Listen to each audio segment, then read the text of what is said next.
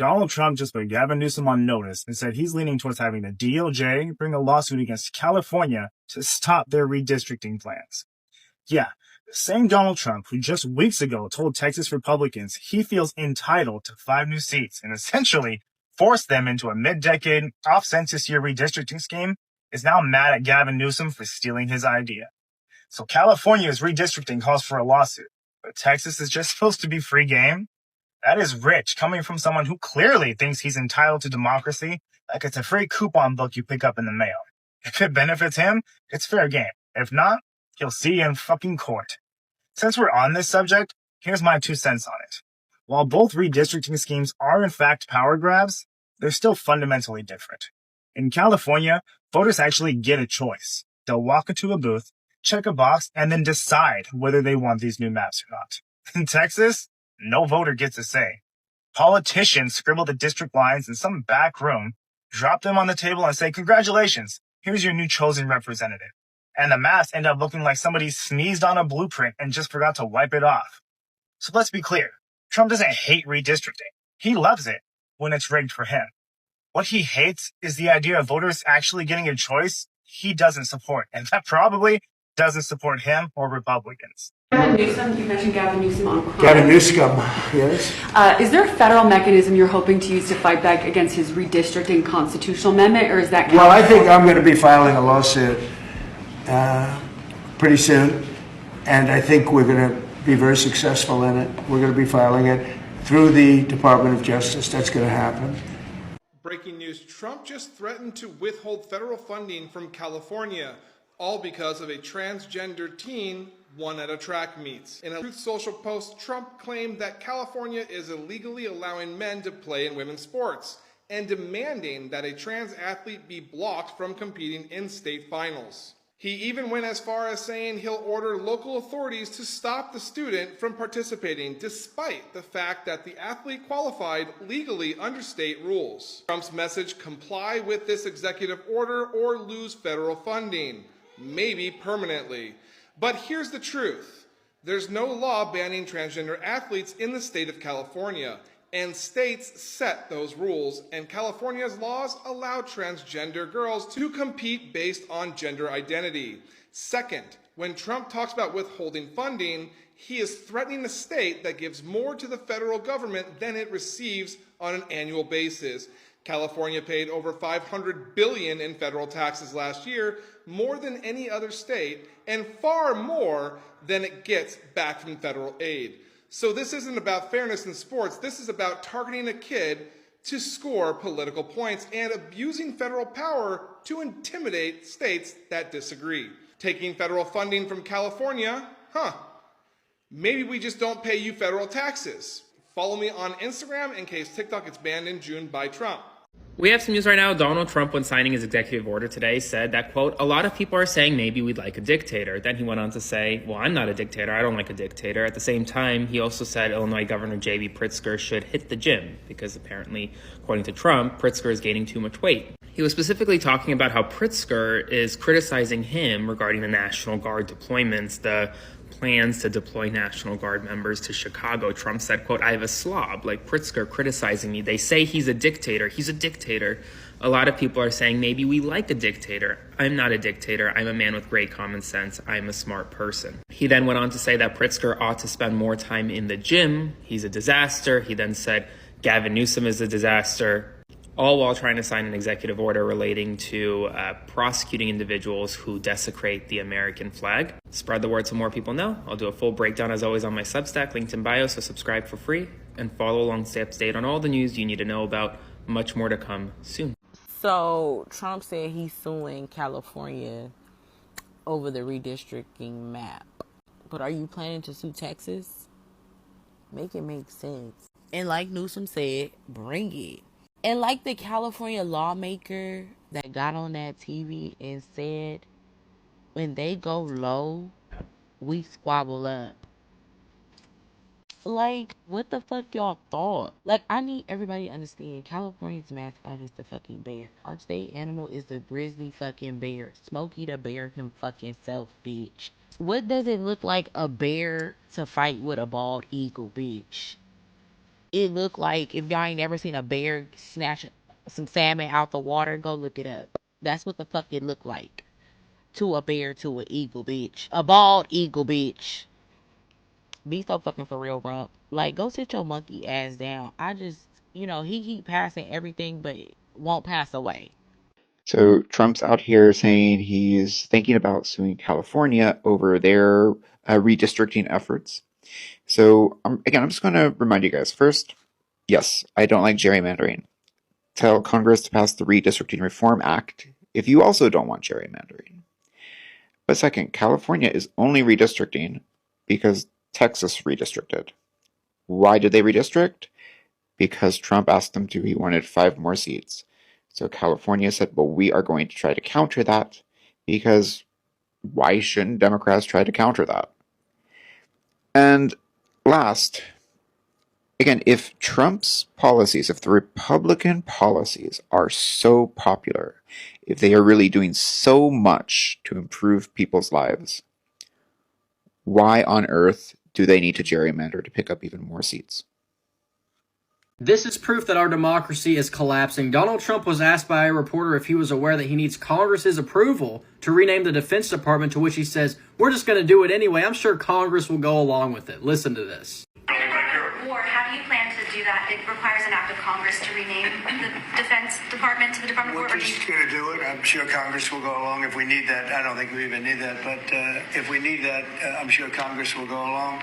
See, that's not how a democracy is supposed to work. The president doesn't just decide to ignore Congress because it's convenient. The Constitution deliberately separates powers. Congress makes the laws, the president enforces them, and the courts interpret them. Trump tossing all of that aside and saying he's going to do whatever he wants is the definition of executive overreach. The worst part, he knows Congress is not going to stop him. He knows they'll do whatever he wants. Not because it's legal or ethical, but because he says so. It's crazy. He got them to vote against releasing the Epstein files, and he got them to vote to take away millions of Americans' health care. If a president can simply rename departments, redirect funds, withhold funds, fire people without approval, then what's next? It's clear that the Constitution, the laws, the rules in this country don't matter to Donald Trump. So California Republicans have just sued to block California Governor Gavin Newsom and the Democrats from moving forward with their redistricting plan to redraw California's voting maps. But let me get one thing straight here. It's perfectly okay for far-right Texas extremists to redraw their voting maps to try and find Donald Trump additional seats in Congress. But when California does it in response, suddenly that's not allowed. Suddenly that's not okay. What an unserious political party that we're dealing with in the MAGA Republican cult. They're a joke. They're a disgrace to our country. And right now, they're trying to stop Gavin Newsom from doing exactly what Texas Republicans are doing. Well, guess what? It's not going to work because Republicans are severely outnumbered in California. And by the way, they can try to block Newsom from doing this all they want. But the reality is Gavin Newsom is leaving this up to the Californian people. This will be up for a vote on November 4th. Californians will vote as to whether or not they want to redraw their voting maps. So it's up to the people. Unlike in Texas, the people are being forced to obey. By the way, these people are supposed to represent Texans. They're supposed to do what Texans want. They're not supposed to tell Texans what's best for them. And right now, what's best for the people of California is to vote yes on redistricting these maps, because Republicans are doing everything they can to try and cheat on the midterms because they know their policies are so unpopular with the American people. I guess it's all states' rights until Trump doesn't like your state or the way voters vote in it. Trump is suing the state of California, claiming that their laws on humane treatment of animals violate the Commerce Clause and have caused egg prices to skyrocket, despite evidence to the contrary. It's funny too, because I guess it doesn't matter what the voters want. California voters have voted overwhelmingly for these propositions twice, by margins so large that Trump could only dream of them. Both of these initiatives passed with well over 60% of the vote. Remember his landslide victory of 49.9% of the vote? Sounds like that's what California voters wanted. In fact, this second initiative was contested and went all the way to the Supreme Court, where a Trump nominee, Justice Gorsuch, writing for the majority, held that the law did not violate the dormant Commerce Clause. And American Egg Board President Emily Metz said that cage-free housing isn't correlated with higher rates of bird flu, and this is corroborated by the fact that the two states hit hardest by bird flu were North Dakota and Minnesota, neither of which require cage-free housing. But let's be honest, it was never about states' rights. So it's midnight right now, and take a look at what the President of the United States is saying on his social media. He says Gavin Newsom is way down in the polls. He is viewed as the man who is destroying the once great state of California. I will save California, President DJT. And we know all this trolling that Gavin Newsom is doing is really getting under Trump's skin because he's not typing in all caps anymore. Have you guys noticed that? Maybe Donald Trump is finally starting to realize how crazy he sounds when he's making these all caps deranged rants. But it's 12 a.m. and Gavin Newsom is on Donald Trump's mind, so he's clearly doing something right. But let's talk about some of Gavin Newsom's accomplishments. California is leading the nation in clean energy, aiming for 100% renewable electricity by the year 2045. They're aiming for zero emissions with EV adoption breaking records, trying to fully phase out the sales of new gas cars by the year 2035. Gavin Newsom has also expanded healthcare coverage, rose the minimum wage, and is making critical investments into housing and education. Also, California is home to the most Fortune 500 companies in the whole United States, and they're the fourth largest economy in the world. It's more than obvious that California is doing very well under Gavin Newsom, and they definitely don't need Donald Trump to come in there and destroy everything. So today I was sitting in on the California State Assembly Elections Committee hearings on the proposed redistricting here in California, and I simply cannot express just how appalled I am by the behavior displayed by Democrat members of the California State Legislature.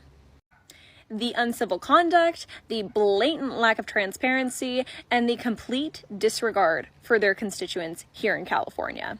This proposed redistricting is simply for the purpose of giving President Trump and Texas Republicans the middle finger. It is in direct retaliation to the proposed redistricting in Texas, but the last I checked, this state's legislative body had a responsibility to the people of California.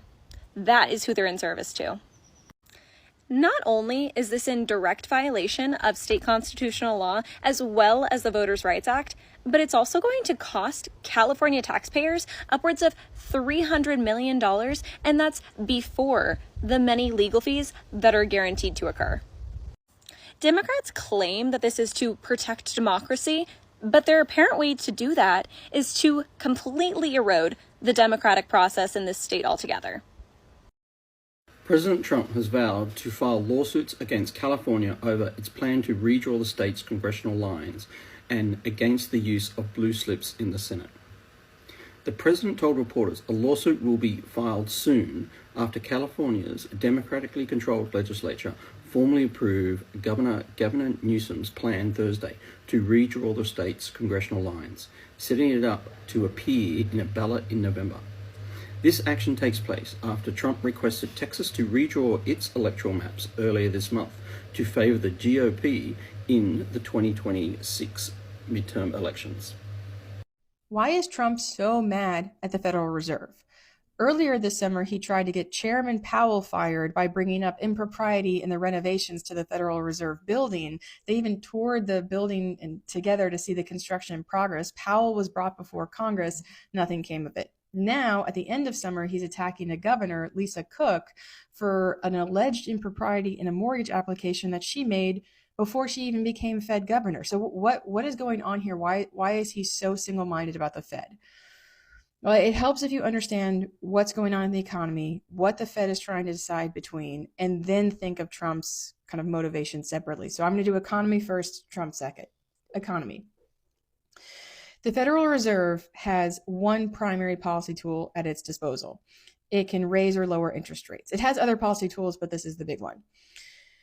Raising and lower interest rates are really just a way of curbing or juicing spending in the economy. So the easiest way to see this is like pretend that tomorrow you have to go out and buy a car and you need to get an auto loan, right? Like you just have to do it. Your monthly payment for that auto loan will be very different if it got an 8% rate versus a 3% rate. And the amount of money you have to spend on things that aren't your auto loan in any given month are going to vary based on the interest rate you got for the loan. So if interest rates are higher and you have a high monthly payment, you're going to spend less on other stuff. If your interest rate is lower and you got a low monthly payment, you can spend more on other stuff. This is basically how interest rates work through the economy as they relate to spending, not just of households, but also businesses. Well, the Fed raises interest rates and curbs spending, as painful as it is, as a policy when it needs to rein in price growth. So inflation is the average growth in prices in the economy. We want it to be low but stable at around 2%. And when it gets above that target, you raise interest rates to keep inflation in check. We just lived through this over the past few years. But you lower interest rates when you want to boost the economy and you want to get people to spend a lot of money, which typically happens as a recession takes hold. We also lived through this because at the start of the pandemic, interest rates cratered to try to get people to keep spending money and to buy houses and so on. Well, now the Fed is facing a new problem, which isn't the pandemic unemployment. It's not the pandemic kind of in supply chain inflation and shifts in demand. The problem is tariffs. And what makes tariffs a particularly difficult problem for the Fed to solve is that they are both raising prices in the economy, meaning that they should raise interest rates, at the same time that they are hurting the labor market and economic spending, meaning they should lower interest rates. We refer to this combination of price growth with economic decline as stagflation.